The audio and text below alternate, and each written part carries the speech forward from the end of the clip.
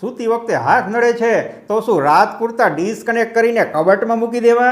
સારી ઊંઘ મેળવવા ને સવારે ઉઠ્યા પછી હાથ કે ખભાના દુખાવાને ટાળવા હોય તો હું તમને જે કહું એ ધ્યાનથી સાંભળો.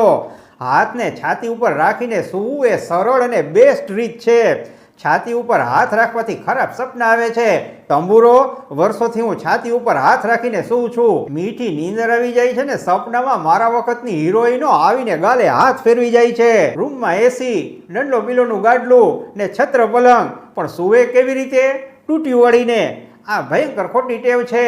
નો ડાઉટ તૂટી વળીને સૂવો એટલે નીંદર તરત આવી જાય, પણ માંડ જમાવટ થાય ત્યાં નીચેના હાથ અને કોણી ઉપર દબાણ થતાં પાકી નીંદરની પથારી ફરી જાય.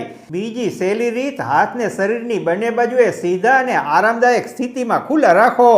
આવી રીતે સૂવાથી ખભા અને ગરદન પર દબાણ આવતું નથી. કાકા સૂઈ ગયા પછી શું ખબર પડે કે લશ્કર ક્યાં લડે છે? ભાઈ, આ સૂતી વખતે શરૂઆતના તબક્કામાં શરીરને આડકતરા દુખાવા ન થાય એની રીત છે. રાત્રિ દરમિયાન સૂતી વખતે આપણું શરીર 8 થી 10 વખત પડખા ફરે છે. જો તમે શરૂઆતથી સારી સ્થિતિમાં સૂતા હો તો પડખા ફરવાની સંખ્યા ઘટે છે. પરિણામ વિક્ષેપ પડ્યા વગરની લાંબી નીંદર. બાકી એક જ સ્થિતિમાં આખી રાત સૂઈ રહેવું એ બાબા રામદેવના હાથની પણ વાત નથી. ત્રીજી રીત હગિંગ પિલો એટલે કે તકિયાને ભેટીને સૂવાની છે. આ રીત પણ સારી છે.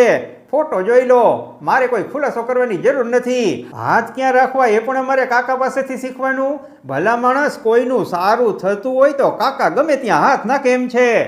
Have a sweet dream. નમસ્કાર.